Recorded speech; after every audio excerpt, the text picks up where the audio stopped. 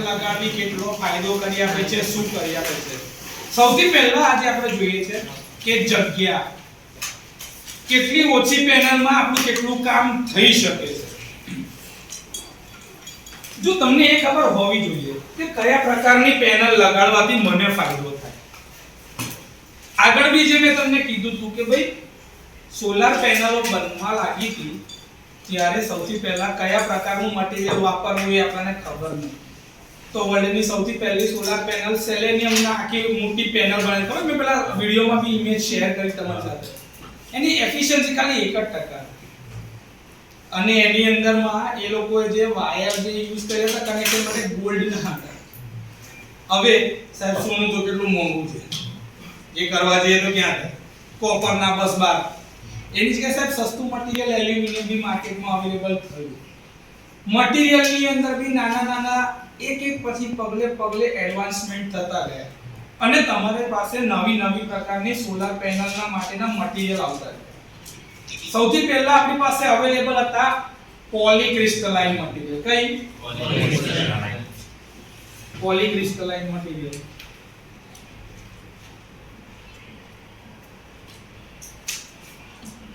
Poly એટલે એક કરતા વધારે. પોલી એટલે એક કરતા વધારે. એક કરતા વધારે પ્રકારના સેમિકન્ડક્ટિંગ મટીરીયલ અથવા તો એનું કોમ્બિનેશન બનાવીને આ પેનલો બનતી. એના પછી આ લોકોએ કીધું સાહેબ આની એફિશિયન્સી જે છે ને એ 13 થી લઈને 17% ની આજુબાજુ. કેટલી? 13 થી લઈને 17% આજુબાજુ. કે સર થોડી એફિશિયન્સીમાં વધારો થાય તો કેવું સોલારનું જે રેડિયેશન થી જે પાવર બને છે એ પાવર થોડો વધારે બની શકે, અમને કામ લાગે. તો એના માટે આ તો પોલીક્રિસ્ટલાઇન પછી કયા પ્રકારના મટીરીયલ તો ગયા? મોનોક્રિસ્ટલાઇન.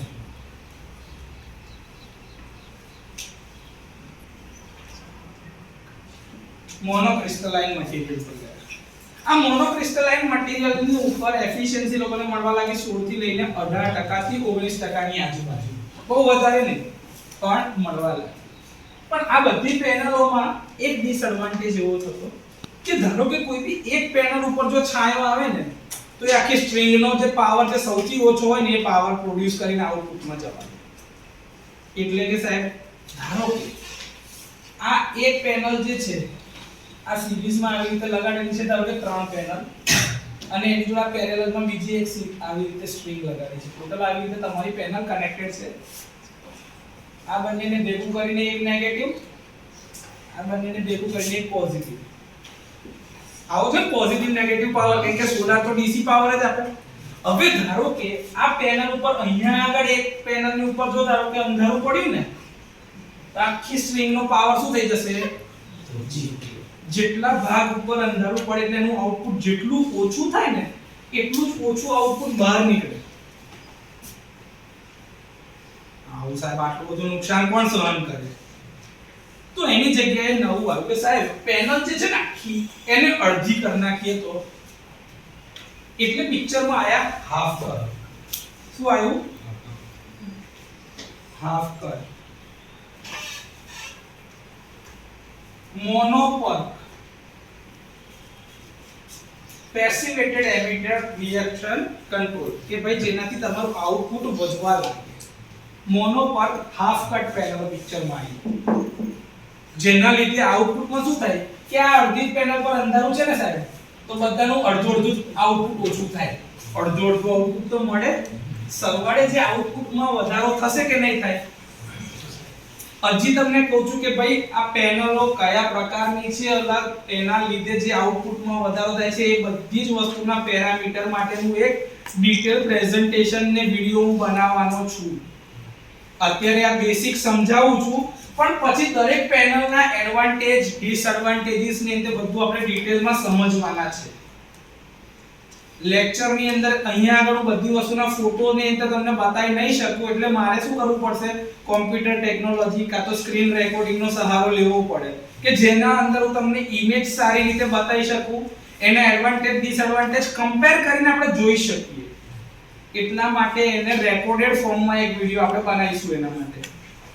એના પછી હાફ કટ પછી એવું આવ્યું કે સર પેનલની પાછળના ભાગની ઉપર વ્હાઇટ જ મટીરીયલ હોય છે એટલે કે રિફ્લેક્શન થી જે પાછો પાવર બની શકતો એવું થતું નથી.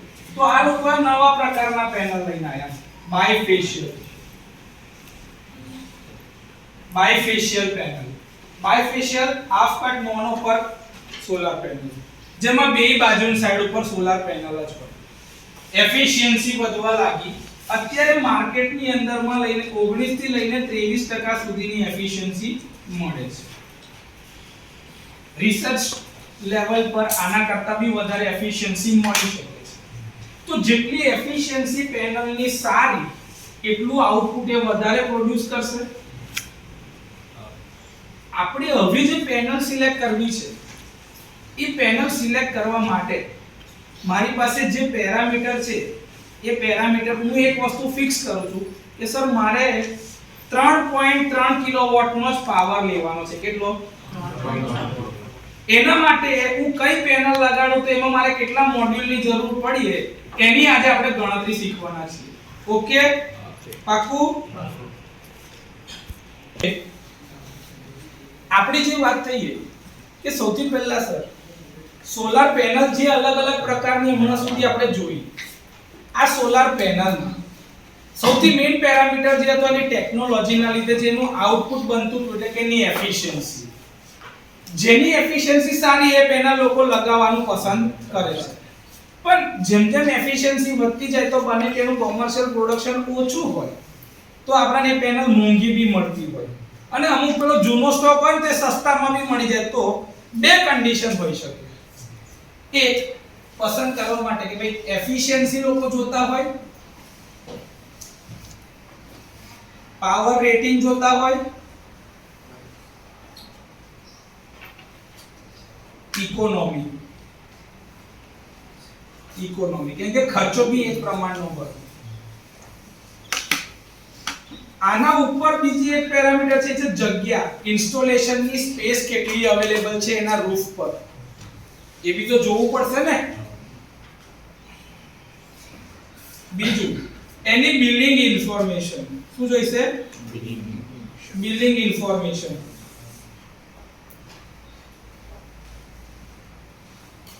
અને છેલ્લે કસ્ટમાઇઝેશન કે ભાઈ એનું ઇમ્પોર્ટન્ટ પેરામીટર એને કયા જોઈએ છે, એને કેવું કરવું છે. આ થોડા પેરામીટર છે. એટલું જ નહીં કહેતો કે આટલું જ છે. હજી આ એક શરૂઆતનું પગલું છે. આના સિવાય બીજા આપણી પાસે પેરામીટર જેમ જેમ ડિઝાઇન કરીશું ને એમ એમ આવશે. કેમ કે પેનલ એકલી પસંદ કરવાથી કશું થશે નહીં. આ જે એફિશિયન્સી પેનલની આપી હોય એ તો સ્ટાન્ડર્ડ કન્ડિશન પર હોય કે જેમાં 25 ડિગ્રી ટેમ્પરેચર રહેવાનું જ છે. વાતાવરણનું દબાણ 1 મીટર જે કીધું છે એટલું ફિક્સ જ હશે. એર માસ ઇન્ડેક્સ ને આ બધું ફિક્સ જ. તો એવું દરેક જગ્યા પર ફિક્સ હોય છે ખરું? લોકેશન ટુ લોકેશન વેરી થતું હોય. તો આપણે આપણા પેરામીટર આ બધી વસ્તુના આધારે પછી બદલવાના બી છે, પણ આ પેરામીટરો જનરલી ધ્યાન પર લેવાતા હોય છે. હવે એક વાત કરીએ સર, એફિશિયન્સીની વાત કરીએ તો પોલીક્રિસ્ટલાઇન મટીરીયલમાં 15% ધારો કે સમજો હતી કોમાં ભાઈ પોલીક્રિસ્ટલાઇન મટીરીયલ. હમણાં ખાલી આવું લખી રાખું છું બાજુ પર પોલીક્રિસ્ટલાઇન મટીરીયલ. સર 17% કે 18% હતી મોનોક્રિસ્ટલાઇનમાં. સમજવા માટે કહું છું મેં, એક્ઝેક્ટ ડેટા જે છે એ તો ડેટા શીટમાં લખેલો જ હોય છે. સર મોનો પર હાફ કટમાં 19% લખું છું ખાલી. બરાબર, 19 થી 20% હોઈ શકે. 20% 19 to 20% મોનો પર હાફ કટ. અને આજ 22% લખું ખાલી હમણાં. 22% બાયફેશિયલમાં. બાયફેશિયલ મોનો પર હાફ કટ બધું સાથે જ એની જોડે. તો એફિશિયન્સીની દ્રષ્ટિએ મારી પાસે આટલા ઓપ્શન અલગ અલગ છે. આટલું ક્લિયર છે? અત્યારે રેટિંગ પિક્ચરમાં આવશે. તો પાવર રેટિંગમાં આપણી પાસે 300 વોટ પીકની બી પેનલ છે, દેખાય છે 300 વોટ પીકની બી પેનલ છે, 350 ની બી છે. આ 300 થી લઈને 350 ની વચ્ચે બી અલગ અલગ રેન્જ હોઈ શકે, જેમ કે 315 વોટ પીક, 325, 345, 350 આવા અલગ અલગ વોટ પીક રેન્જ હોઈ શકે છે અંદર અંદર. એવી 370 ની બી હોઈ શકે છે, 370, 400 વાળી બી રેન્જ હોઈ શકે છે ભાઈ, 415 વોટ પીક, 440, 450 એ બધી અલગ અલગ રેન્જ હોય. એનથી ઉપર બી છે 500 વાળી રેન્જ થી લઈને 550 વોટ પીક સુધીની રેન્જ. તો એવામાં તમારે કેટલા વોટ પીક વાળી પેનલ લેવી છે? હવે જેમ જેમ પાવરનું આઉટપુટ મોટું થતું જાય એમ એમ પેનલની સંખ્યા ઘટતી જાય, ઓછી થતી જાય. પાવર આઉટપુટ વધે એનો મતલબ શું થાય? નંબર ઓફ પેનલ્સ ઓછી થઈ જાય. હવે આ ઓછી થાય, પણ જો પાવરના આઉટપુટ વધે તો સામે એના પેરામીટર જેમ કે લેન્થ, વિડ્થ, હાઈટ એટલે કે થિકનેસ, હા હાઈટ ની જગ્યાએ આપણે થિકનેસ લખો, થિકનેસ, એનું વેટ, એ બધું બદલાય. એટલે દરેકના ફિઝિકલ પેરામીટર અલગ અલગ છે. તો એના માટે જે સપોર્ટ બનાવવાનો હોય સ્ટ્રક્ચર સપોર્ટ એ બદલાઈ જાય. ઓછી પેનલ છે તો વધારે સપોર્ટ જોઈએ, વધારે પેનલ છે તો વધારે સપોર્ટ જોઈએ, ઓછી પેનલ છે તો ઓછો સપોર્ટ. પણ ઓછી પેનલ કરવા માટે પાવર આઉટપુટ વધારવું પડશે. આઉટપુટ પાવર જો વધશે તો એનો કોસ્ટ વધશે. તો આપણે એ બી, જો આપણે બિઝનેસ કરતા હોય તો આપણે એ બી જોવું પડે કે ભાઈ પાવર આઉટપુટ વધારમાં જો વધારે પૈસા જાય છે પણ સામે સ્ટ્રક્ચરમાં કેટલા પૈસા બચે છે, વાયરિંગમાં કેટલા પૈસા બચે છે. કેમ કે જેટલી ઓછી પેનલ એટલા કનેક્શનના વાયરો બી ઓછા વપરાશે, એટલું મેન્ટેનન્સ બી ઓછું કરવું પડશે તમારે, એટલી તમારી રિલાયબિલિટીમાં વધારો થશે. એ બધા પેરામીટર બી જ્યારે પેનલ ઇન્સ્ટોલ કરતી વખતે આપણે જોતા હોઈએ તો કામનું છે. મેં ખાલી જે આ પેરામીટર લખ્યા છે ને એની અંદર જ ઘણા બધા પેરામીટર બીજા એકબીજા પર ઓવરલેપ થતા હશે. કેમ કે તમે વિચાર્યું કે આવું સપોર્ટ સ્ટ્રક્ચર લેવા જઈએ તો કેટલું થાય? સપોર્ટ સ્ટ્રક્ચરની જોડે એના કનેક્શન બી તો જોવાના ને. એની જે એમ્પિયર રેટિંગની કેપેસિટી વાળી જે એમસીબી લગાડવાના હશે એના બી પેરામીટર બદલાઈ જાય. એટલે કે જો કરંટની વેલ્યુ જો ધારો કે સ્ટ્રિંગમાં વધારે આવતી હશે તો તમારે જે સિરીઝ ફ્યુઝની વેલ્યુ બી તો વધારે ઊંચી હશે. તો એ જ કેસમાં તમારી જે એમસીબી હશે એનું કરંટ રેટિંગ તમારે વધારવું પડશે. હવે કરંટ રેટિંગ વધારો તો એમસીબી સસ્તી આવે કે મોંઘી આવે? એનો ભાવ વધે. હવે વાયર બી એટલો જાડો લેવો પડે કે એટલો કરંટ જવા દે. તો જાડો વાયર લેવા જાઓ તો એનો ગેજ ઓછો થાય પણ એમાં મટીરીયલ વધારે જાય. મટીરીયલ વધારે જાય તો એનો ખર્ચો બી તો વધારે આવે. તો સપોર્ટ સ્ટ્રક્ચરમાં પૈસા બચતા હતા પણ સામે મટીરીયલમાં પૈસા વધારે જતા હતા. તો એમાં ઇકોનોમિક સોલ્યુશન કયું? મારે જો ધંધો કરવો છે તો મારે તો પ્રોફિટ વધારવો પડશે, સામે મારા કસ્ટમરને સૌથી સારામાં સારી પેનલ ડિઝાઇન આપવી પડશે. તો જ લોકો મારો ધંધો બી કરાવડાવે તો જ મારી પાસે લોકો એમ કહેશે કે ભાઈ સાહેબ મારા ત્યાં સોલાર નાખો, મારા ત્યાં સોલાર નાખો. આપણે બીજા બધા જવાબ, પણ આપણે તો ટેકનિકલ માણસ છે. આપણે આપણા ઘરમાં જો સોલાર નાખતા હોઈએ તો આપણે બધા પેરામીટર નહીં જોઈએ કે ભાઈ સાહેબ સસ્તી ડિઝાઇન લેવા જઈએ અને ઓછા એફિશિયન્સી વાળી પેનલ કાં તો ઓછા પાવર આઉટપુટ વાળી પેનલ નાખીએ તો સરવાળે બિલમાં એટલી ઓછી રાહત મળશે. એટલે પેનલ કયા પ્રકારની છે, પાવરનું રેટિંગ કેવું છે, કેટલા રેટિંગના સેફટી સ્ટાન્ડર્ડ્સ વાળા આપણે ટૂલ્સ એટલે ઇક્વિપમેન્ટ્સ લગાવવા પડશે એ બધું જોવું પડે.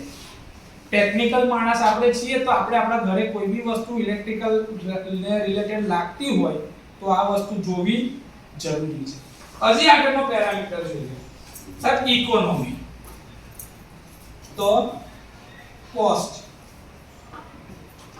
શેમાં ગણાય છે? સૌથી વધારે ખર્ચો જે છે પેનલનો. કોનો ખર્ચો છે? પેનલ. બીજા નંબર પર આવે ઇન્વર્ટર. ઇન્વર્ટર ને પેનલ પછીથી ત્રીજા નંબર પર શું આવશે? Support structure. પછી વાયરિંગ, પછી એમસીબી.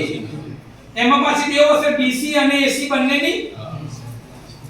કે ઇન્વર્ટર ની એ બાજુ એસી, ઇન્વર્ટર ની આ બાજુ ડીસી. સર ઉપર સ્ટ્રક્ચર ની ઉપર મારે હાઈ વોલ્ટેજ સર્જ ની સામે રક્ષણ કરવા માટે શું હશે? Surge arrester. સર્જ આવે તો સાહેબ એના માટે શું હશે? અર્થિંગ. અર્થિંગ ના વાયરો બી અલગ હશે. આ બધી જ વસ્તુને ખર્ચાની અંદરમાં ઇન્ક્લુડ કરાય. સર હજી બાકી સાહેબ ડિસ્ટ્રીબ્યુશન ડિસ્કોમ કંપનીની અંદરમાં આપણે પૈસા ભરવા પડે, એગ્રીમેન્ટ કરાવડાવવો પડે. એગ્રીમેન્ટ અને કનેક્શનની ફી જે જીઈબી માંથી ભરવા પડે.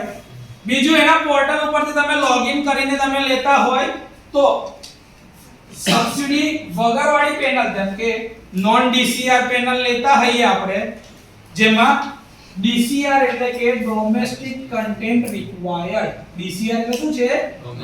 Domestic content required. તો આ ડીસીઆર પેનલ હોય તો એના પર સબસિડી મળે, પણ નોન ડીસીઆર પેનલ હોય તો સબસિડી મળે નહીં. તો તમે કયા પ્રકારની પેનલ લેશો ને એ બધાનો ખર્ચો ને બધું છેલ્લે અહીંયા આગળ આવશે પિક્ચરમાં. કોસ્ટ. આ કોસ્ટ ના લીધે થઈને લોકો કોમ્પ્રોમાઇઝ આમાં કરવા જતા હોય છે. પણ એક વસ્તુ એવું છે કે સોલાર પાવર પ્લાન્ટ જો તમે ઇન્સ્ટોલ કરી રહ્યા છો તો તમને એ ખબર છે કે ભાઈ દર વખતે કંઈક ને કંઈક પાવર પ્રોડ્યુસ કરશે. એના લીધે ઇલેક્ટ્રિસિટી બિલમાં શું થશે? બચત. કેવી રીતે બચત થશે? તો આની અંદરમાં એવું કે છે તમે જેટલા યુનિટ કન્ઝ્યુમ કર્યા છે એને કહેવાય ઇમ્પોર્ટ. તમે જે જીઈબી પાસેથી લીધા ને યુનિટ એને શું કહેવાય? ઇમ્પોર્ટ. તમે જે જીઈબી ને આપ્યા એને શું કહેવાય? એક્સપોર્ટ.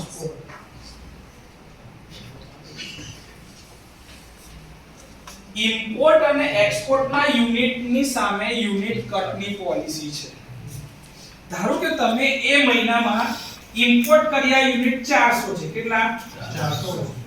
તમે જનરેશન કર્યું 600 નું. કેટલું? તો તમે મોકલેલા યુનિટ જે છે વાપરેલા યુનિટ કરતા વધારે થયા. કેટલા યુનિટ વધારે થયા? 600 માઈનસ 10. ગણાઈશું ઇમ્પોર્ટ માઈનસ એક્સપોર્ટ. તો યુનિટ કેટલા વધારે રહ્યા? 200 માઈનસ 10. એટલે આ 200 રૂપિયાના જે પૈસા હોય એ કોને મળવા પાત્ર છે? તમને.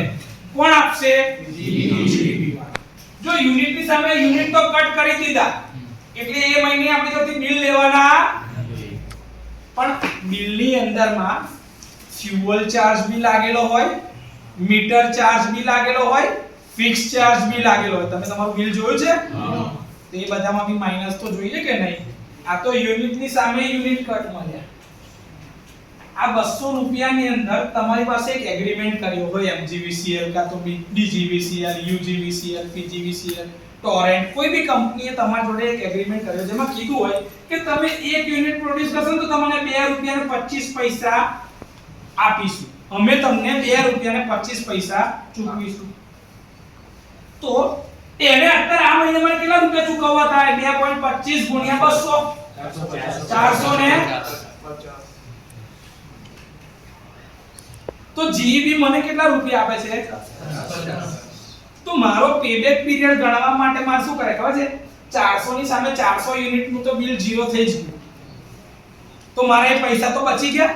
મારે આપવાના તો હતા, એ તો મારે આપવા પડ્યા. ધારો કે તમારું બિલ 3000 રૂપિયા આવતું હતું. કેટલું? 2 મહિનાનું બિલ 3000 રૂપિયા ગણીએ છીએ અત્યારે ખાલી. બરાબર? જો 2 મહિને બિલ આવતું હોય તો 12 મહિનામાં કેટલી વાર બિલ આવશે? 6 વાર. તો 3000 રૂપિયા ગુણ્યા 6 કરીએ તો કેટલા થઈ ગયા? 18000 રૂપિયા. તમે ધારો કે સોલાર પાવર પ્લાન્ટ નાખ્યો છે, એનો ખર્ચો આવ્યો તો 1,80,000 રૂપિયા. સમજો ખાલી. કેટલા? 1,80,000. એની સામે તમારું બિલ કેટલું આવતું હતું? જે 18000 છે, એ કેટલું થઈ ગયું? 0. તો એક વર્ષે તમારા 18000 તમારે ભરવાના હતા, એ તમે ભર્યા. તો તમારા સોલાર પાવર પ્લાન્ટ નો ખર્ચો હવે કેટલો કહેવાય?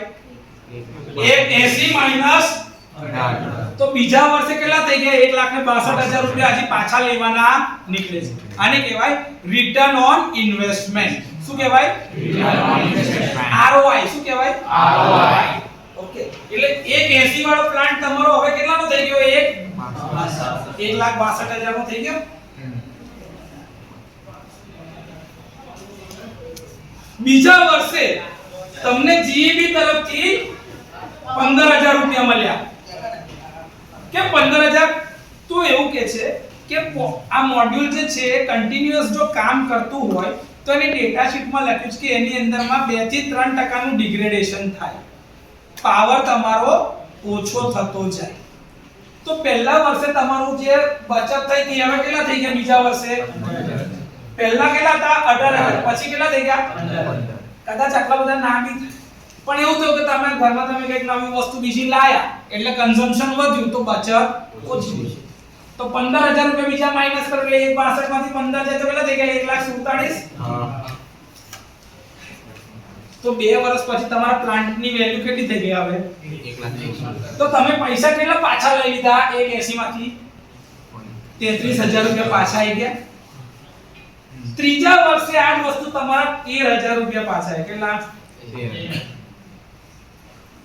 તો કેટલાનો થઈ ગયો? 1,34,000 થયા ત્રીજા વર્ષે. ચોથા વર્ષે તમારા 12,000 રૂપિયા પાછા આવે. કેટલા? તો કેટલા થઈ ગયા? 1,22,000. આ ટાઈમ દરમિયાનમાં પાછો ફ્યુઅલ ચાર્જ બી બદલાતો ગયો હોય તો એના લીધે બી તમારું બિલ ઓછું વધારે એવું બદલાતું હોય. કેમ કે ફ્યુઅલ ચાર્જ ગવર્નમેન્ટ દર 3 મહિને નક્કી કરતી હોય. જીઈઆરસી ની અંદરમાં બેઠક થાય, મીટિંગ થાય ત્યારે દરેક કંપની એવું કે ભાઈ અમારા લોસીસ આટલા બધા વધ્યા છે કાં તો ઘટ્યા છે. અમાર ત્યાં સોલાર વધ્યું એટલે અમારા લોસીસ ઓછા થઈ ગયા છે. ઓછા થઈ ગયા તો એનો ફાયદો કોને આપવાનો હોય? કન્ઝ્યુમર. કન્ઝ્યુમરને ફાયદો આપવા શું કરે? Fuel charge. સાહેબ 10 પૈસા ફ્યુઅલ ચાર્જ ઓછો કરી દઈએ છે. હવે એને કેટલા ઓછા કર્યા? ખાલી 10 પૈસા. કેટલા? 10 પૈસા. પણ એની કેટલી મોટી ઇફેક્ટ બધા કન્ઝ્યુમર પર આવે? 5 લાખ 6 લાખ કન્ઝ્યુમર જે હોય એના બધા પર આવા 10 પૈસા ઓછા થાય તો કેટલો મોટો ફાયદો થાય બધાને. એવું. અને એ નિયમ દર વખતે નક્કી થાય પછી છાપામાં બી આવે છે કે ભાઈ વીજ બિલમાં લોકોને રાહત. ફ્યુઅલ ચાર્જ ₹2.70 ની જગ્યાએ ₹2.65. અને એવી રીતે 10 પૈસાનો વધારો બી કરે તો શું કે લોકો ઉપર મોંઘવારીની તલવાર ઝીંકે. હવે વીજળી વાપરવી ઓર મોંઘી થઈ. કેવી રીતે એ લોકો બતાવે છે ને એ વસ્તુ ઇમ્પોર્ટન્ટ છે. 10 પૈસાના લીધે તમારા બિલમાં બહુ ઓછો ફરક પડે પણ ઓવરઓલ કેટલો મોટો ફરક પડે છે. આવું કરતા કરતા એક દિવસ તમારો સોલાર પાવર પ્લાન્ટ જે છે ને એનો પૈસાનો જે હિસાબ થાય ને એ માઈનસમાં જાય. એ જે વર્ષે માઈનસમાં ગયો ને એ વર્ષથી તમારી જનરેશન મફત થઈ ગઈ. અચ્છા, સોલાર પાવર પ્લાન્ટની લાઈફ કેટલી હોય? 25 years. કેટલા? 25 years. જે પેનલ નાખી હોય એને 25 વર્ષની લાઈફ ટાઈમ હોય. આનો હોય વીમો ઉતરે, આનો બી ઇન્સ્યોરન્સ થાય, માર્કેટમાં આનો બી ઇન્સ્યોરન્સ થાય.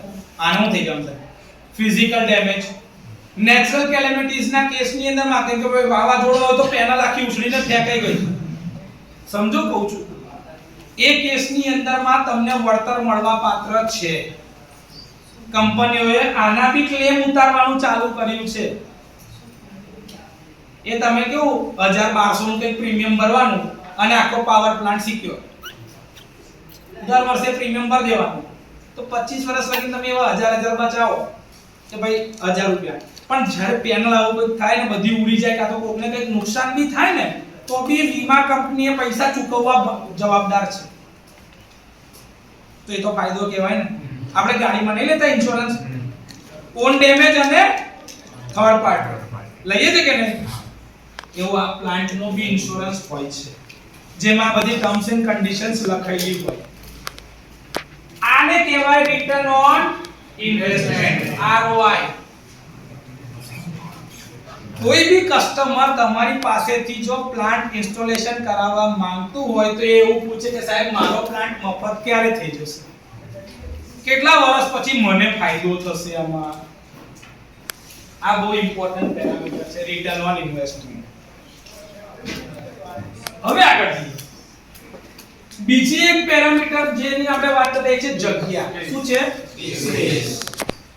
તમે જેના બી ઘરે પેનલ નાખવાની વાત કરી રહ્યા છો એની છત તો લિમિટેડ જ સાઈઝ હશે, એની આજુબાજુનું વાતાવરણ જોવું પડશે કે ભાઈ કેટલું ચોખ્ખું છે. તમે જો આપણી મેઇન પેનલ છે, આપણે હમણાં ગયા હતા, આજુબાજુ બધે ચોખ્ખું હતું, ખાલી આ બાજુ ઝાડનો શેડો પડે છે, તો કેટલા ટાઈમ દરમિયાન એ શેડો આવે છે એના લીધે કેટલો પાવર ઓછો થાય છે એ જ ગણતરી થતી.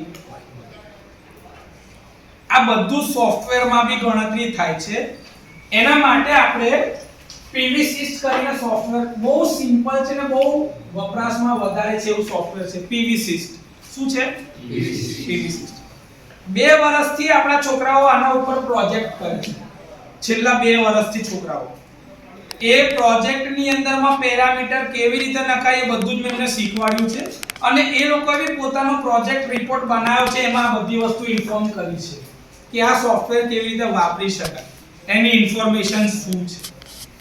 આપણા ત્યાં આગળના ડેટાને એની જોડે વેરીફાઈ બી કરેલો છે, તો એ છોકરાઓ ઓલરેડી આ વસ્તુ શીખીને ગયા છે. તો આપણે કોઈને બી સજેસ્ટ કરતા હોઈએ કે ભાઈ તારા ત્યાં આગળ આપણે પ્લાન્ટ ધારો કે ઇન્સ્ટોલ કરવો છે તો કેટલી કેપેસિટીનો પ્લાન્ટ, કેટલી પેનલ નાખી શકાય ને એમાં તમને કેટલો ફાયદો થઈ શકે છે, એનું જો સિસ્ટમેટિકલી અને સોફ્ટવેર થ્રુ સોલ્યુશન આપવું હોય તો આ એક સોફ્ટવેર છે PVSys. જેમ જેમ તમારું ભણવાનું આગળ જશે, સમય મળશે તો હું તમને આવા જ સેશનની અંદરમાં PVSys બી શીખવાડીશ. આપણો આ સબ્જેક્ટનું મેઇન એમ છે કે આપણે બિઝનેસ કરતા હોઈએ એટલા માટે તો આ વસ્તુ બી જરૂરી છે, તો હું શીખવાડીશ. કેમ કે હવે સ્પેસ તો એની છત તો એની એટલી ને એટલી જ રહેવાની છે, તો બદલાવાની છે નહીં. તો એના માટે આપણે સોલ્યુશન કરવું હોય તો એને શું કહેવું પડે? 2 પ્રકારનું સોલ્યુશન અપાય. એને કેટલા પ્રકારનું સોલ્યુશન અપાય? 2 પ્રકારનું.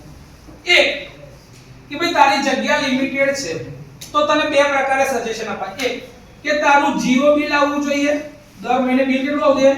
0. અથવા તો ઓછામાં ઓછું બિલ આવવું જોઈએ. કેવું આવવું જોઈએ? કેમ કે ભાઈ એની જે બિલિંગ રિક્વાયરમેન્ટ હોય એ પ્રમાણે કે ભાઈ તારે 4 કિલોવોટ નો પ્લાન્ટ નાખવાનો છે, પણ એ 4 કિલોવોટ નો પ્લાન્ટ નખાય એવી વ્યવસ્થા છે જ નહીં. કેમ કે એને ખર્ચો બી તો જોવાનો ને. 4 કિલોવોટ માટે પેનલ જો મોંઘી લે તો એને પોસાતું નતું, સસ્તી લે તો 4 કિલોવોટ નો પ્લાન્ટ નતો બનતો. તમે જ્યારે ધંધો કરશો તો આ વસ્તુ પોસિબલ થાય. તમે કોઈ બી વસ્તુ પસંદ કરતા, ધારો કે ગાડી લેવા જાઓ તો બધું એક જ ગાડીમાં મળે છે. એક જ ગાડી તમે બતાવી હોય એની અંદર આ ફીચર છે અને જે બીજી ગાડી બતાવી તો એમાં કંઈક અલગ ફીચર હોય. તમે શું કહો? આ ફીચર આ ગાડીમાં મળી શકે ખરા? મને પૂછો તો ખરા ને. કદાચ એ કંપની લેવલ પર કસ્ટમાઇઝ કરીને તમને આપી બી શકતો હોય, એનો ચાર્જ વધારે આપવો પડે, એવું બી બની શકે. તમે જોજો ને ગાડીમાં બી વેરિયન્ટ હોય, બેઝ મોડલ, બેઝ થી ઉપરના વેરિયન્ટ કે એમાં થોડા ફીચર હોય, પેલામાં થોડા ફીચર હોય, ટોપ મોડલ કે જેમાં બધા ફીચર હોય. હવે કોઈ એવું હોય સાહેબ આ બધી વસ્તુ તો બહારથી થઈ જાય, પણ સનરૂફ નખાવું છે ગાડીમાં તો બહારથી સનરૂફ નખાવાય? નખાવાય. ચાલો એ બધું નખાવાય, પણ એનું ફિટિંગ બરોબર થશે? કટિંગ બરોબર થશે? એ કેસની અંદરમાં જો બહારથી સનરૂફ નાખવા જાય ને તો કંપનીએ જે ગાડી પર વોરંટી આપી ને પતી જાય. એટલે કે તમે ગાડીનું પતરું કાપો છો એમાં બહારથી કંપનીની વિરુદ્ધમાં જઈને, તો સેફટી ઓછી થઈ ગઈ, તો કંપનીની ઇન્સ્યોરન્સની જે વોરંટી હોય એ વેહિકલ પર એ પતી હોય. એટલે બહારથી કોઈ સનરૂફ નખાવે જ નખાતા તો બધું નખાયેલા બારી બારણા જેમ બહારથી નખાય, તો આ બી ઉપરની એક બારી જ છે ને, લાકડાની ફ્રેમની જગ્યાએ લોખંડમાં ફિટ થયેલી છે. બીજું કશું છે? એ બી તો ટફન ગ્લાસ જ છે ને, કેમ કે કંપની વાળા બી લાવતા તો બહારથી જ હશે કાચ. સમજો છો હું જે કહેવા માંગુ છું એ આ સમજો. પણ એ નખાવે તો વેહિકલની વોરંટી પતી જાય, તો તમને એ ફાયદો મળે. કાલ ઉઠીને કશું બી થાય ને તો એના પાર્ટ કાં તો આખી ગાડી જે તમને બદલી આપે ને, પીસ ટુ પીસ બદલી આપે. અમુક ખબર પેલું તમે કદાચ નાના હશો ત્યારે એવું હતું, જનરલ મોટર્સ ની અંદર છે ને એ લોકોએ પોલિશ કરીને ગાડી કાઢી QUALIS પોલિશ, ટોયોટાની પોલિશ. બહુ જબરજસ્ત ગાડી ચાલતી, પણ એની અંદર છે ને એક ચિપ ની અંદરમાં પ્રોબ્લેમ આવ્યો હતો, તો એ કંપનીએ પોતાના 2.5 લાખ યુનિટને પાછા માંગ્યા હતા કે ભાઈ તમારા પાછા આપો, અમે તમને ચિપ મોડિફાઈ કરીને અપગ્રેડ કરીને આપીએ છીએ મફત. અમુક વાર તમારી ગાડી ધારો કે તમે સર્વિસમાં બી આપો ને તો તમારી ગાડી હવે તો બધી સેન્સર બેઝ ગાડીઓ છે, તો એની અંદર સોફ્ટવેર અપડેશન આવતું હોય. એના લીધે ખબર અમુક વાર તમે ગાડી ચાલુ બંધ થઈ જાય, કાં તો ઝાટકા વાગતા હોય, કાં તો એફિશિયન્સી બરોબર ના મળે, કાં તો તમારું ડોર લોક જે હોય ને તો તમે મોબાઈલ એપ્લિકેશન થી બી ડોર ખુલતા હોય, સનરૂફ ખુલતા હોય, એ બધું નાય થતું હોય. જીઓ ફેન્સિંગ નો ઇશ્યુ આવતો હોય તે બધું સોફ્ટવેર અપડેટ કરી આપે તો એનો કોઈ ચાર્જ લેતા કેમ? વેહિકલ વોરંટી પીરિયડમાં છે, એ બધો ચાર્જ ઓલરેડી એ લોકોએ ગણી લીધેલો છે. આ બધું હોય. એવું જ તમે જ્યારે આવું બિલિંગ ને એના માટેની વાત કરશો કસ્ટમરને, તો તમારે એને સમજાવવું પડશે કે ભાઈ જો પેનલ હું મોંઘી નાખું છું, પણ એની સામે પેલો તારો પ્લાન્ટ ધારો કે 12 વર્ષે ફ્રી થતો હોય, કેટલા 12 વર્ષે સાદામાં ફ્રી થતું હોય, અને પેલો 9 વર્ષે ફ્રી થઈ જતો હોય, તો 3 વર્ષ વધારે મફત વીજળી મળશે. આમાં ફ્રી વીજળી જેવો શબ્દ જે કહીએ તો એ કેટલા વર્ષ માટે મળે? 13, એટલે 25 વર્ષ એની ઓપરેટિંગ લાઈફ છે. આમાં કેટલા વર્ષ મળ્યા? ફાયદો કયામાં? તો અમુક વાર એવું થાય કે ભાઈ એ તમને ના કહે સાહેબ બહારથી આ બધું નહીં થાય, જો તમારે જોઈતું જ હોય તો તમે એના કરતા બીજી ગાડી પસંદ કરીને ફીચર એમાં લઈ લો, પણ એનું ટોપ વેરિયન્ટ લઈ લો. આપણે કરીએ છીએ ને એવું, બસ એવું જ કોમ્પ્રોમાઇઝ સોલાર પાવર પ્લાન્ટ નખાવતી વખતે સમજાવવું પડે, કસ્ટમરના મગજમાં એ વાત નાખવી પડે. એટલે તમે જ્યારે બી એ ધંધો કરવા જાઓ, તમે એ વસ્તુ સમજાવતા હોય તો આ ખાસ સમજવાની કે ટેકનિકલી એને ખબર પડવી જોઈએ કે કઈ પેનલ નખાય, કઈ નાખી શકાય. જગ્યા તો ફિક્સ જ છે, એને એવું થોડી એક કાંગડા બાજુવાળાની અગાસી પર આપણે નાખી દઈએ ભાડે, એને બાજુવાળાને કેવું થશે?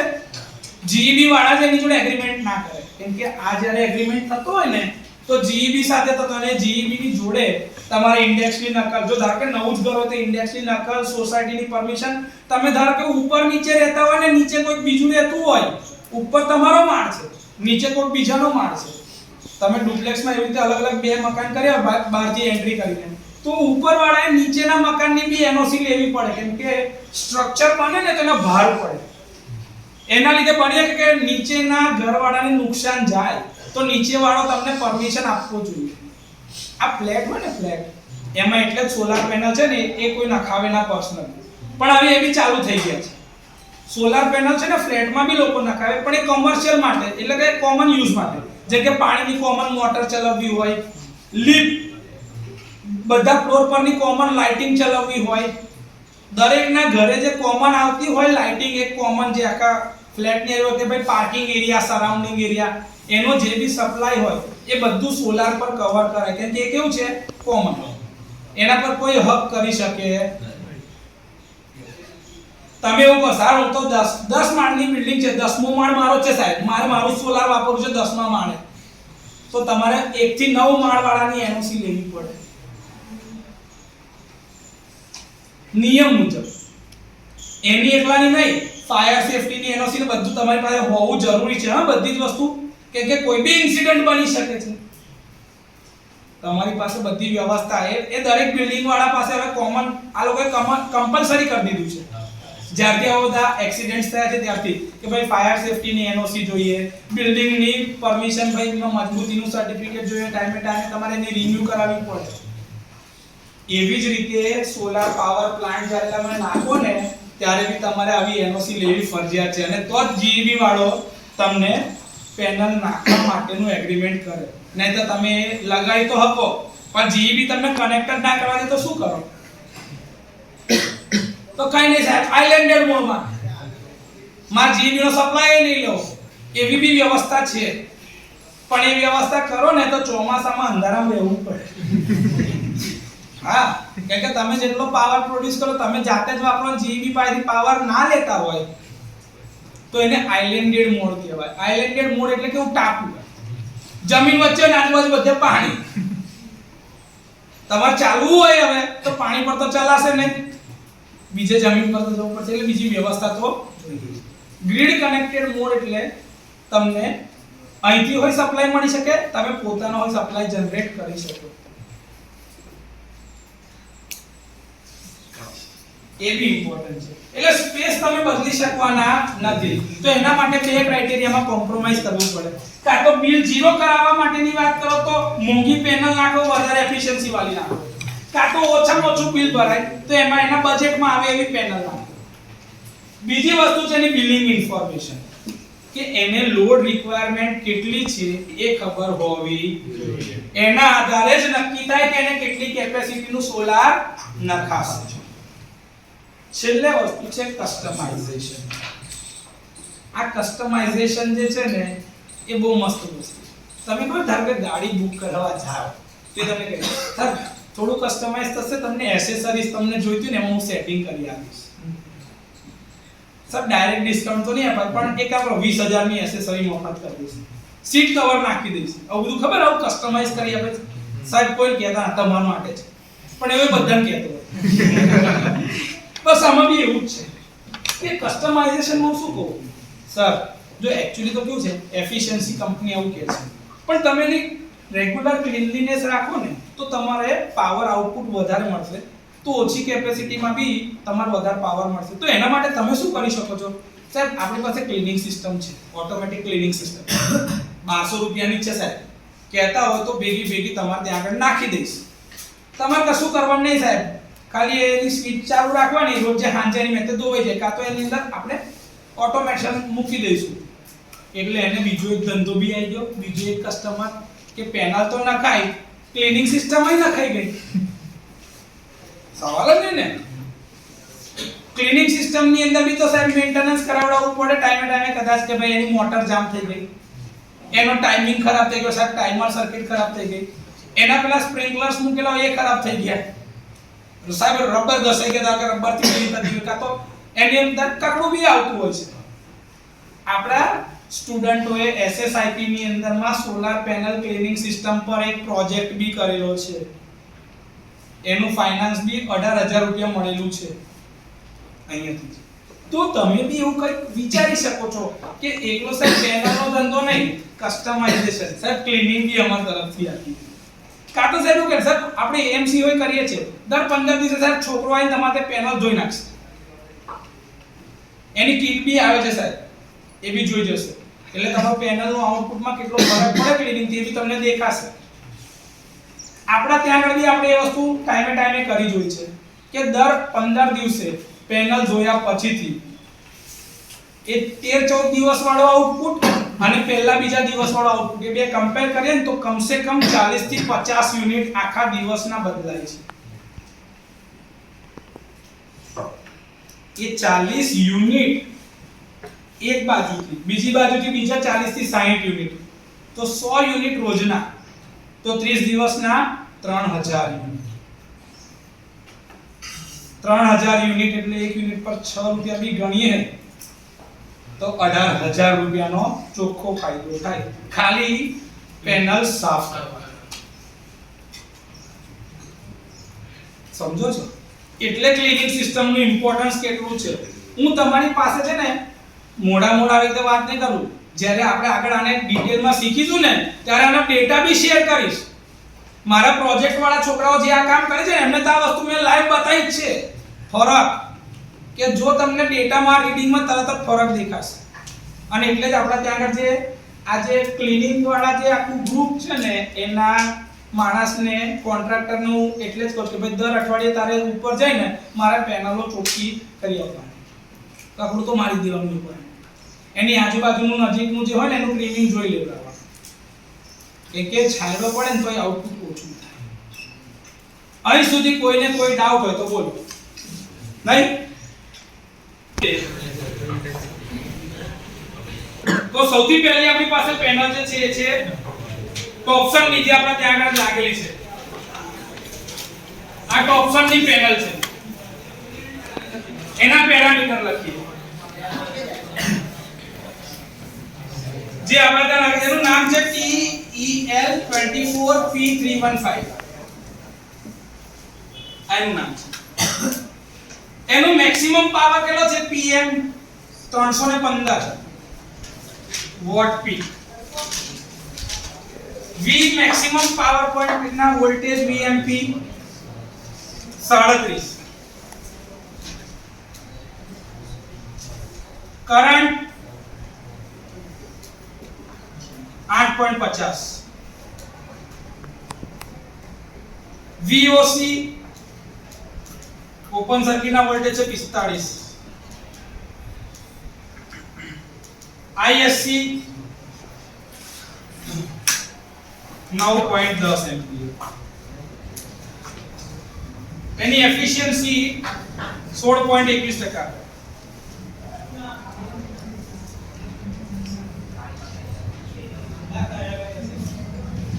અને એનો ફીલ ફેક્ટર ગણતા શીખવાડ્યું છે ને 76.92%.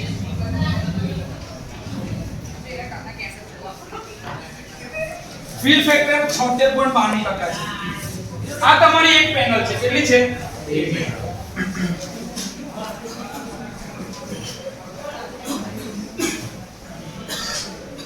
બીજી એક પેનલ છે એ છે અદાણીની. કઈ છે? અદાણી.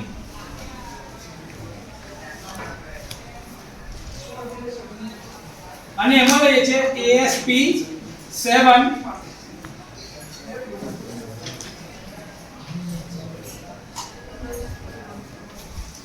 30 વાળી અવેલેબલ છે 330.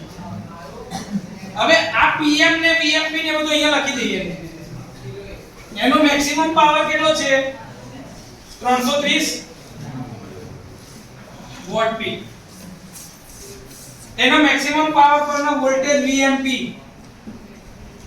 37.21. એનો current 8.87 ampere. VOC 45.87. ISC 9.42 ampere. Any efficiency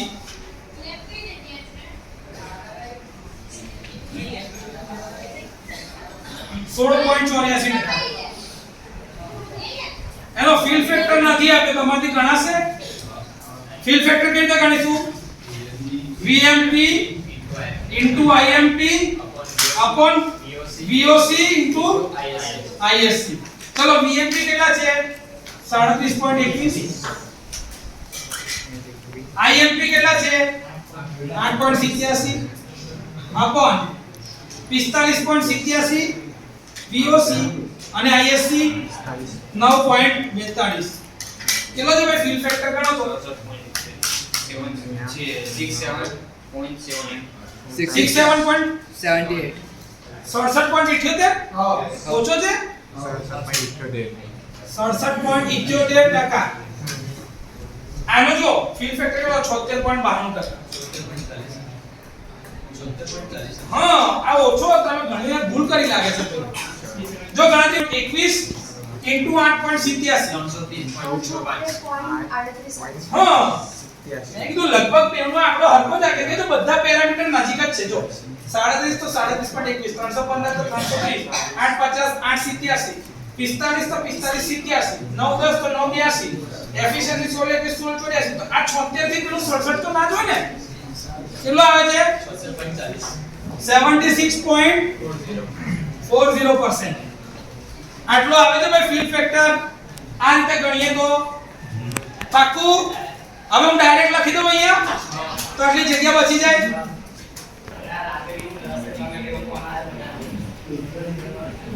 ચાલશે આટલું ઓકે હવે ત્રીજી એક પેનલ છે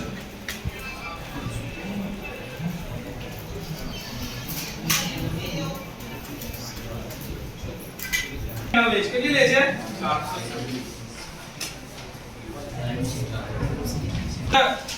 હાફ કટ કહીએ ને આ પેનલ છે મોનોક્રિસ્ટલાઇન પ્રકારની મટીરીયલ માંથી બનેલી છે તો એની અંદરમાં આપણે લઈએ છે 440 વોટ પીક તો પીએમ કેટલો છે એનો 440 વોટ પીક સેન્કો પાવર ની છે એટલે કે વારી કંપની જે છે ને એની છે કદાચ ના સેન્કો પાવર ની છે બરોબર ઓકે મોડ્યુલ ની એફિશિયન્સી છે 20.33% 20.33% એની એફિશિયન્સી છે ઈટા લખ્યું છે ચાલશે ને હા ઓકે વીએમપીપી કેટલા છે 34.28 34.28 વોલ્ટ કરંટ કેટલો છે 12.84 એમ્પિયર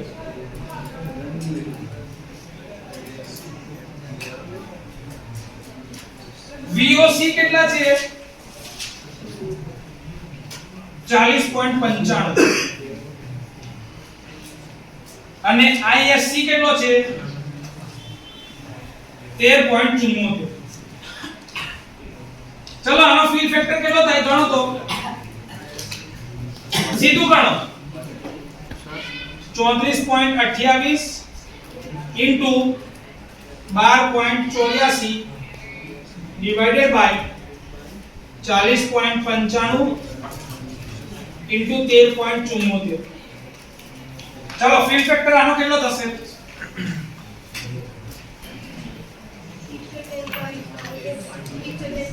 78.22 આટલું આવે છે જો આ પ્રકારના મોડ્યુલમાં મોનો આ જે છે ને આ બંને પોલીક્રિસ્ટલાઇન મટીરીયલ છે કયા છે પોલી આ બી પોલીની છે આ કઈ છે monocrystalline half cut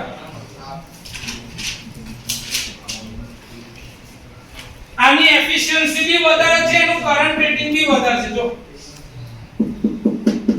current rating વધારે છે અને એફિશિયન્સી વધારે છે ફીલ ફેક્ટર બી સારો છે મતલબ આ પેનલની અંદરમાં મોડ્યુલમાં વેરિએશન બહુ મોટું થતું જેનો ફીલ ફેક્ટર સારો ને એમાં વેરિએશન એટલું જ ઓછું તો એની ક્વોલિટી એટલી સારી કહેવાય ગાડીમાં જે તમે એવરેજ જોજો ને એવરેજ કે ભાઈ 100 ની પેટ્રોલ ભરાઈએ તો 20 કિલોમીટર ચાલે તો એની આમાં એફિશિયન્સી કહેવાય પણ સાહેબ એફિશિયન્સી નું વેરિએશન જે છે ને એ 16 થી લઈને 20 લગીની વચ્ચે જ થાય છે તો એ જેટલું ઓછું વેરિએશન એટલું સારું તેવું વેરિએશન સૌથી ઓછું કેટલું છે 78.22 ઓછું થઈ ગયું વેરિએશન તો આ પેનલ વધારે સારી કહેવાય આને ફીલ ફેક્ટર જે છે એ એનો પરફોર્મન્સ પેરામીટર કહેવાય શું કહેવાય પરફોર્મન્સ પેરામીટર આ જેટલો ઊંચો કા તો યુનિટી એટલે કે 100% થી નજીક એટલું વધારે સારું કહેવાય ડન અહીં સુધી કોઈ ડાઉટ તો હવે હું ડાયરેક્ટ 78.22 લખી દઉં અહીંયા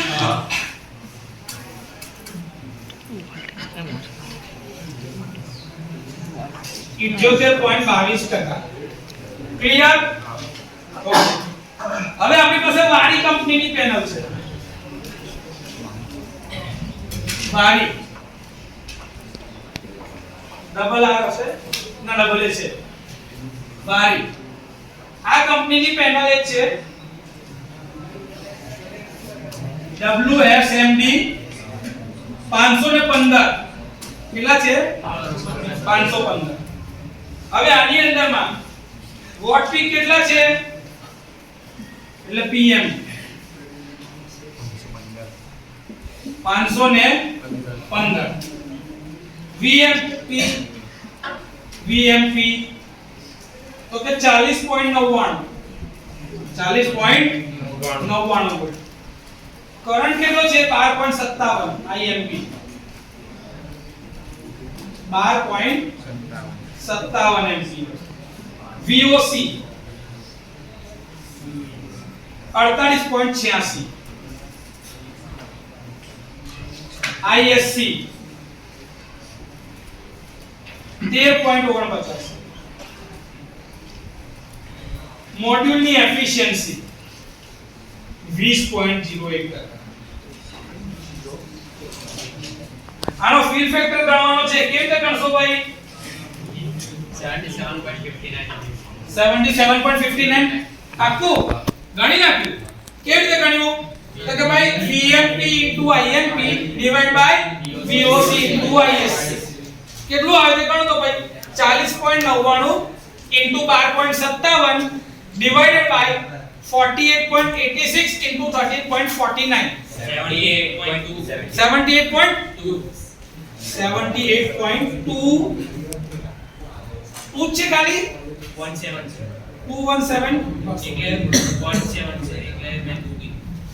78.17% તો જે આંકડો આવે એટલે કે 78.17% એટલે ટૂંકમાં આ પેનલ નાખો કે આ પેનલ નાખો બેમાં કઈ બહુ મોટો ફરક દેખાતો ઓકે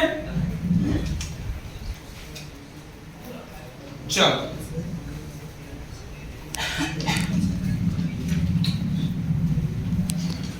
હજી એક પેનલ છે 550 વોટ પીક ની લેવી છે 550 કમ્પેરિઝન માટે અગેન સેન્કો પાવર વાળાની જ છે આનો વોટ પીક જે છે W એટલે કે PM એ છે 550 વોટ પીક 550 વોટ પીક અને એમાં મોડ્યુલની એફિશિયન્સી છે 21.30% 21.30% એના VMP ની વેલ્યુ છે 41.57 IMP ની વેલ્યુ છે 13.23 VOC ની વેલ્યુ છે 49.62 વોલ્ટ અને ISC ની વેલ્યુ છે 14.03 એમ્પિયર તો એનો ફીલ ફેક્ટર કેટલો થશે ભાઈ 78 પોઈન્ટ પાક્કું હા 95 78.95% જો તમે એવું સમજો કે તમને હવે ફીલ ફેક્ટર ગણવાનું કેવું આવડત થઈ ગઈ ફટાફટ તમે ગણી શકો છો કેમ ઇક્વેશન આવડી ગયા તો ખબર પડી કે ભાઈ પરફોર્મન્સ વાઇઝ જોવા જાવ તો ફીલ ફેક્ટર કોનો સૌથી વધારે છે એફિશિયન્સી કોની સૌથી વધારે છે પાવર રેટિંગ સૌથી વધારે કોનું છે ઓકે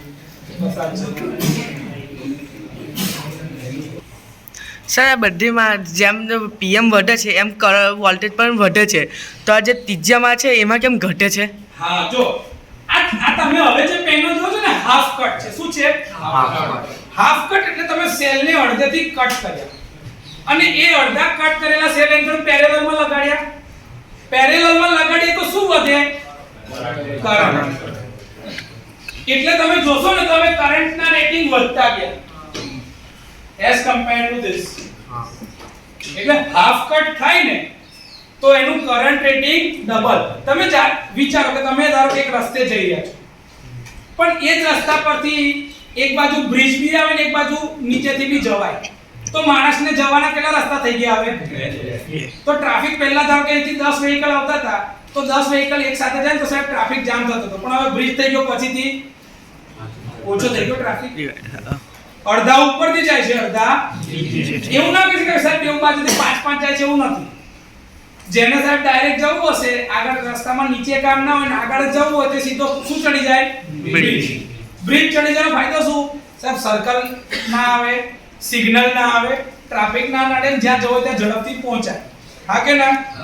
પણ બીજું કે સર બ્રિજની ઉપર જઈને તો ડિસએડવાન્ટેજ છે કે તમે કટ મારીને નીકળી ના શકો. બ્રિજ પર જો ટ્રાફિકમાં ફસાયા તો જે લગીન નીચે ના ઉતરો ત્યાં લગીન ટ્રાફિકમાં જ રહેવું પડે. ડિસએડવાન્ટેજ. બીજું સર એવો ટ્રાફિક જો લાંબો જામ હોય તો ઉપર કશું ખાવા પીવાનું ના મળે. નીચે રસ્તા પર હોય તો કશું ખાવા પીવાનું બી મળી જાય. કહેવાનો મતલબ શું છે કે દરેક વસ્તુના પોતાના ફાયદા ગેરફાયદા હોય. તો એવી રીતે કરંટ કેવી રીતે વેચાય આમાં? તો કે જે પાથનો રેઝિસ્ટન્સ ઓછો, ઇલેક્ટ્રોન વધારે ત્યાંથી ફ્લો થાય. જે પાથનો રેઝિસ્ટન્સ વધારે ત્યાં ઇલેક્ટ્રોન ઓછા જાય. તો એવું તમે આ હાફ કટ કર્યા તો બે બાજુથી કરંટ શું થઈ ગયો? વધી ગયો. પેરેલલ પાથ બીજો મળે એટલે કરંટ રેટિંગમાં વધારો થાય. જો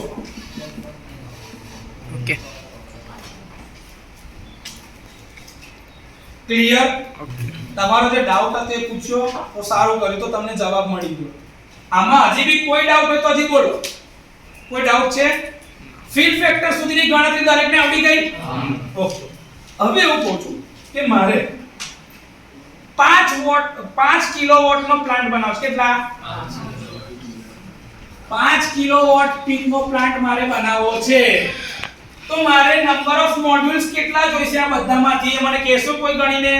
ચલો આમાં કેટલા મોડ્યુલ જોઈએ? ધારો કે 5 કિલોવોટ એટલે કેટલા થયા? 5000 વોટ. 5000 વોટ પીકનો મારે પ્લાન્ટ બનાવવો છે. તો આમાં કેટલા મોડ્યુલ જોઈશે? 315 એનો પાવર છે. તો મારે આમાં કેટલા મોડ્યુલ લગાવવા પડે તો 5000 વોટ પીક થાય? સિરીઝ પેરેલલ કનેક્શન હમણાં ભૂલી જાઓ. કેટલા? આમાં નંબર ઓફ મોડ્યુલ્સ કેટલા છે? n લખું છું. n is equals to 16. આના 330 વોટ નો પાવર છે, તો એની અંદર કેટલા મોડ્યુલ જોઈએ?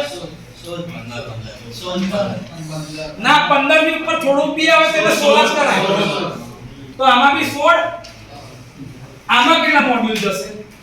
440 છે. 12. આમાં 515 છે. 10 550 છે. 10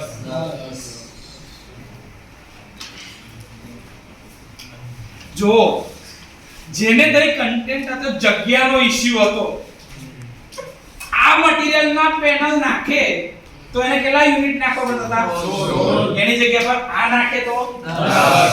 મોડ્યુલ કેટલા ઓછા વપરાયા? 6. એટલે પાવર રેટિંગ વધે તો નંબર ઓફ મોડ્યુલ્સ ઘટે. ક્લિયર? કયો પેરામીટર જે લીધો ખાલી આપણે? Fix power rating. કે પાવર જો ફિક્સ હોય તો નંબર ઓફ મોડ્યુલ આમાં ઓછા. બરોબર છે? મોડ્યુલનો ભાવ ગણવો છે તો તમે ઇન્ટરનેટ પર ચાલુ કરો, ઇન્ડિયા માર્ટ ઉપર આજનો ભાવ જુઓ. એમાં લખો ટોપસનની પેનલનો ભાવ. ટોપસનની પેનલનો ભાવ આ પેનલનો ભાવ ઇન્ડિયા માર્ટ ઉપર આજે શું છે? 8320 રૂપિયા છે મોડ્યુલનો ખર્ચો. ચલો બીજાનો કેટલો છે? અદાણી વાળાનો આનો ભાવ. અદાણી ASP 7330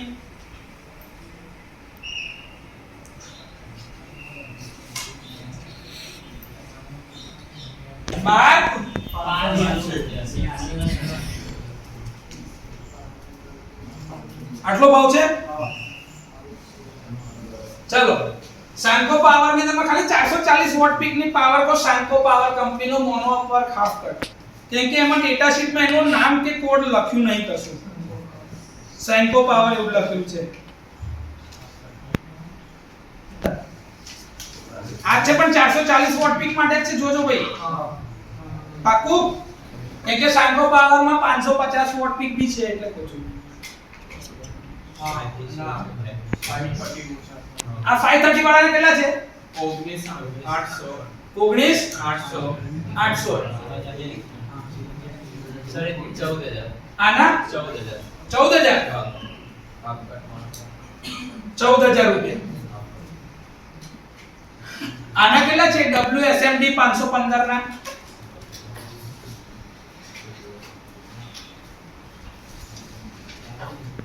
કેમ કે વસ્તુ તમે મંગાવો કે તો Amazon કે કોઈ બી જગ્યાએથી તમારે પેનલ મોડ્યુલ મંગાવવા હોય તો ત્યાં આગળનો ભાવ તમને દેખાતો હોય એટલે એક પ્રાઇસ તો છે અત્યારે આપણે કોન્ટ્રાક્ટરને પૂછવા જવાય ના કે ભાઈ તારે પ્રાઇસ શું છે મોડ્યુલ આમાં જોઈ લેવા આ છે WSMD 515 આવો આનો ભાવ જો વારી કંપનીની પેનલ છે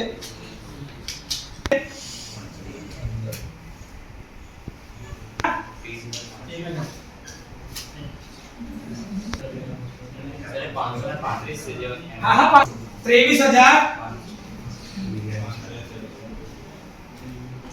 23,500 રૂપિયા છે હા 12,000 કેટલા 515 વોટ પીક ની પેનલ છે પાકું 23,500 રૂપિયા ભાઈ આ ફાઇનલ છે ઓકે ચલો હવે આપણી પાસે એક મોડ્યુલ નો ભાવ આવ્યો છે આના 16 યુનિટ લગાડો તો કેટલા રૂપિયા ભરવા પડે છે 1,33,120 તો હે 1,33,120 કેટલા 1,33,120 રૂપિયા આ ખાલી હજી મોડ્યુલ નો ખર્ચો છે હા મોડ્યુલ નો ખર્ચો એવું આમાં કેટલો ખર્ચો છે 2,00,000 કેટલા 2,01,312 રૂપિયા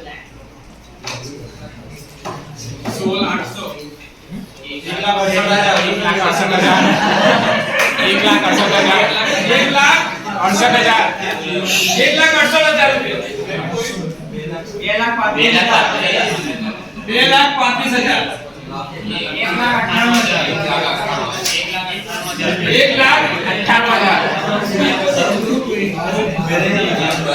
ચલો જો હવે જે તમે કહેતા હતા એ ખર્ચાની વાત આવી ને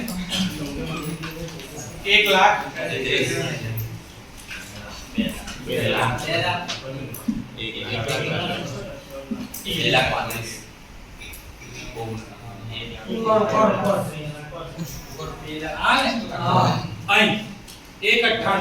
એટલે તમે રેન્જ જો 1,33 થી લઈને 2,35,000 સુધીની અલગ અલગ પેનલ તમે કઈ પસંદ કરો છો એના આધારેના પૈસા છે